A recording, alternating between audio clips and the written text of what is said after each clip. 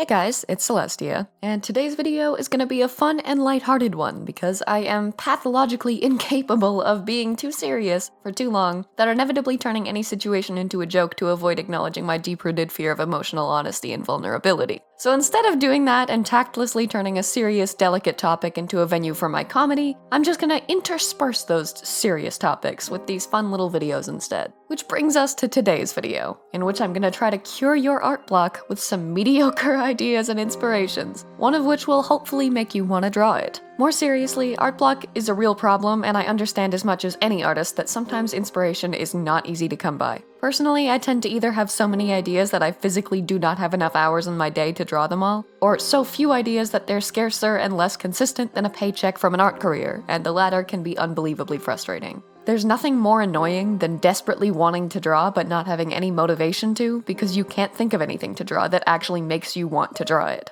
The most satisfying and validating part of art is being excited about an idea and getting to visualize and interpret it. And if there are no ideas that make you excited, it's really difficult to find any joy in your work. And that's where I come in, with a lot of enthusiasm, some subpar jokes, and 50 ideas of things for you to draw when art block stops you from coming up with any. Before I get started on those though, let's quickly go over some tips on finding your own inspirations when you're struggling with art block, because sometimes it's easier to immerse yourself in things that spark your creativity than to just have some asshole on YouTube throw ideas at you. And the first tip is pretty much exactly that. Surround yourself with content that inspires you and makes you want to create. Personally, when I'm feeling artistically drained and lacking in creativity, I spend a solid 10 hours watching Ghibli movies and come out of it feeling like an artist protagonist in a messy yet whimsical workplace with more ideas than time. But even if you decide to approach it like a well-adjusted human being rather than an obsessive disaster wearing a Totoro onesie, even just watching a couple episodes of a show that inspires you or playing a few hours worth of a game that makes you want to draw can replenish your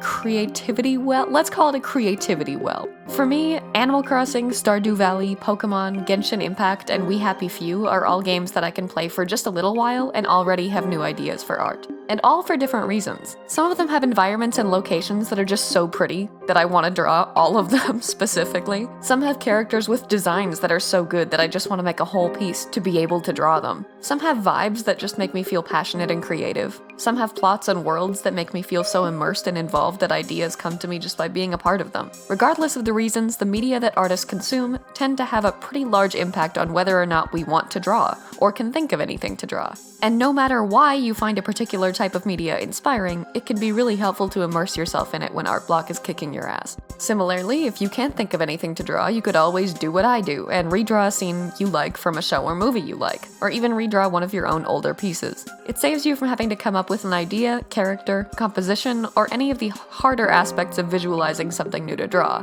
while still allowing you the creative opportunity to reimagine the piece in your own style, or reinterpret an old piece with your current skills. I often find that after doing a redraw, I feel more inspired to create original work, because I got to enjoy the experience of just sitting down and drawing, without any pressure to worry about coming up with an idea or figuring out how to make it look good from scratch. It's almost like a warm-up or a slow walk after tiring yourself out jogging. At least for me, it's really helpful to replenish creative energy. Another idea is Pinterest, which is less of an idea and more of just a platform, but the point is that it helps. Once you've made your FBI agent jealous by letting the all-seeing Pinterest gods monitor your browsing activity for long enough, they'll have collected enough data on you both to be able to sell it for more money than most artists make in a year and provide you with a personalized algorithm. And if what you look at and pin on Pinterest is art-related content, this is really handy. In my experience, I look at and save largely a combination of Animal Crossing screenshots, artistic headshots, photography, and art. And my Pinterest feed regularly provides me with the perfect mix of art reference, island development ideas, art tutorials, Animal Crossing creator codes, and both digital art and photography that inspires my work. Like, this platform is alarmingly good at suggesting content specifically tailored to what you engage with. And while that's fundamentally terrifying and something that not nearly enough people are addressing as a problem,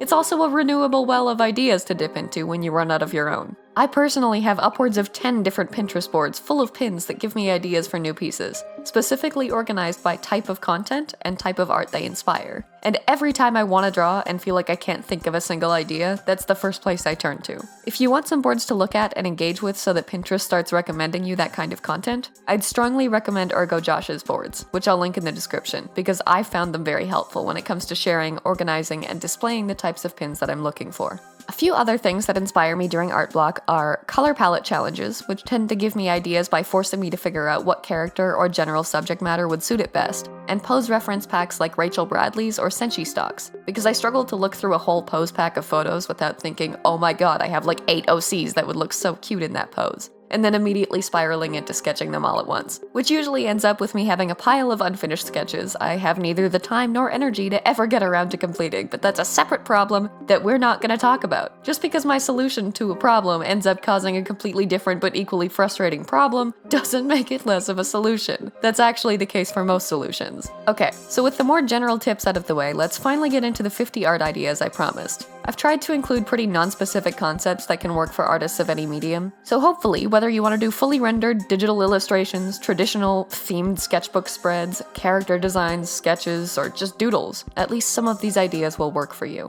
So given that the only real way to deliver these ideas is with the rapid-fire precision and speed of Buddy the Elf's snowball fight, I'll give up on any semblance of ceremony or formality and just chuck some art snowballs. 1. Draw something based on a season, be it a character, theme, or location. 2. Look at some of your old photos and either draw them or draw something inspired by them. 3. Do what I do whenever I have a full minute of free time and draw plants or flowers. Draw them on their own, paint them, design a character based on them, draw a forest or a field of flowers, just go feral with the nature. You can't go wrong, it's literally always pretty. 4. Draw a self-portrait. Or 5, which is basically the same thing with some bonus social media clout and eligibility as your pinned tweet, draw a Meet the Artist meme. 6. Draw a memory from your favorite vacation, or conversely, draw somewhere you want to go on your dream vacation. 7. Draw a bunch of characters based on one singular trait. Like, for example, I recently did a sketchbook spread where the theme was just wings. So I drew one character with angel wings, one with bat wings, demon wings, fairy wings, etc. It could really be any common trait, like themed outfits, animal ears, tails, aliens, you do you, man. 8. A sketchbook spread of what you do in a day. 9. Draw things that bring you comfort, like hot chocolate, plushies, beaches, rain, blankets, pillows, comfort foods, so on. 9. Draw something based on a holiday. If you're me, it's probably Halloween or Christmas, and it's at least 40 different somethings you're drawing because the months of October, November, and December are objectively the best ones of the year, based on those holidays alone. If you're a normal human being, it could be absolutely any holiday. 10. Take part in a drawing challenge like Inktober or Mermay. 11. Draw your pets or draw a pet you want. 12. Draw a friend, family member, or partner. 13. Draw a character or scene based on an astrological sign. 14. Make a sketchbook spread or doodle sheet of art of your favorite video games. 15. Draw some of your favorite foods and beverages. Or, if you're like me, draw foods and beverages that you think look cute or pretty and inevitably end up making them into kawaii caricatures with sparkly eyes and ooh-woo faces. 16. Draw something retro or vaporwave, or synthwave, or glowwave, or glitchwave, or signal wave, or Simpsons wave, because there are so many fundamentally different but the same subgenres of the aesthetic that I can't begin to name them all, but they're all fucking sweet and artistically inspiring. 17. Draw the inside of a Pokeball. 18. Draw fan art of your favorite YouTuber, Duchess Celestia.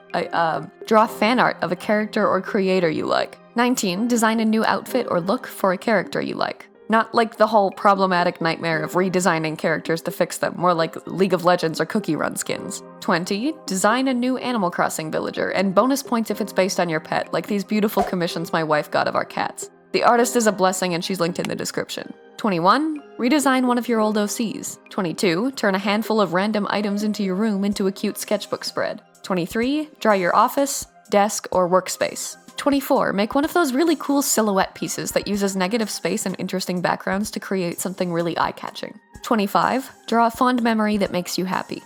26. Either draw a mythical creature or create your own brand-ass new mythical creature. My wife has been playing D&D again lately, and it's led to me learning that there is literally a species based on absolutely fucking anything and everything. So the sky is the limit with species creation, so long as you don't try to patent it on DeviantArt. 27. Draw a Polaroid photo. Or a bunch of Polaroid photos, in a pile or a scrapbook or on a clothesline. I don't know, that's the power of Polaroid photos. They're tiny, they can go anywhere. They're the chameleons of art pieces. 28. Try graffiti art. The brilliance of digital art is that you can draw it and then overlay it on a picture of a brick wall so that you can be Banksy without the crime. 29. Draw a liminal space. The backroom's one of the million pictures of liminal spaces that already exist. Or create your own based on what makes you feel that exact right combination of unsettled and nostalgic. 30. Draw yourself as a Pokemon trainer or gym leader. Conversely, 31. Draw your pet as a Pokemon, or just design a new Pokemon from scratch. 32, draw a window, and I know that sounds like the most boring non-idea to ever exist, but hear me out, because the point is that drawing the environment outside the window from the perspective of looking out at it, or drawing a character looking at that environment through it, is fun, and it can yield some pretty cool looking results. 33, draw a tarot card, or be an obsessive completionist like me and refuse to draw just one tarot card unless you can commit to drawing a full deck of all 78 major and minor arcana cards, and subsequently put it off for at least 5 years until you either have the time for that kind of project, or come to realize that you'll never have time for that kind of project and that maybe you need to fucking chill. 34, design a character based on a thing. For example, draw your favorite food as a character, your favorite flavor of ice cream, your favorite brand of chocolate, a social media platform, a game console, a planet. There is really no limit to what you could turn into a cute anime girl with enough time and willpower. 35, draw a character with cool alternative fashion, like Decora, Visual Kei, Lolita, Goth, etc. 36, design an album cover, even if it's just for fun and not an actual album or even song.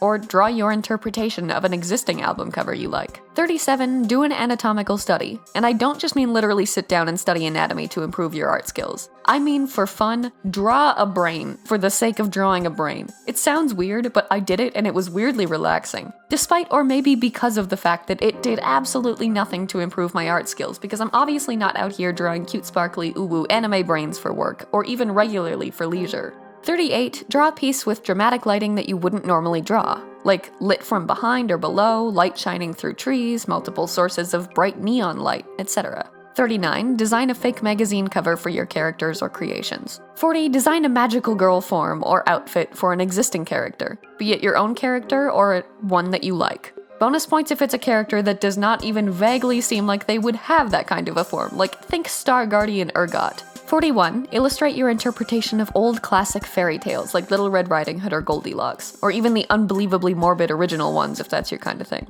42, draw something inspired by lyrics from your favorite song. 43, draw a character just hanging out and vibing somewhere they either shouldn't be or physically couldn't be, like just casually drinking a slushie in Area 51, or checking their Twitter inside a retro TV screen, or eating a family-sized bag of Doritos inside a crane game at Denny's. Actually, okay, I don't know if you guys have recently been to a Denny's, but I have. And can we talk about how they are inexplicably maintaining the late 90s and early 2000s vibe completely independent from the passage of time outside of Denny's? Like, I cannot think of one single place that still has old-ass classic crane games filled with the plushies of the penguins from the Madagascar movies made in 2005. But you can bet your ass that any Denny's has like 3 of them somewhere in the restaurant. People say that cockroaches are the only things that will survive the apocalypse, but I disagree. It's gonna be cockroaches and Denny's, which will continue to exist in the year 2001, entirely separately from the world outside of it, even if the cockroaches are the only ones still ordering Grand Slams. Okay?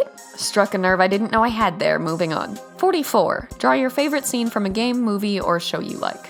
45. Draw a piece in an environment or setting that you normally wouldn't have considered, like underwater or in outer space. 46. Draw nature reclaiming something man-made, like a phone box, mall, subway, building, so on. 47. Draw you, your characters, or characters you like, having some kind of fun night or party, like karaoke, a sleepover, or a pool party. 48. Draw a piece or character based on a constellation.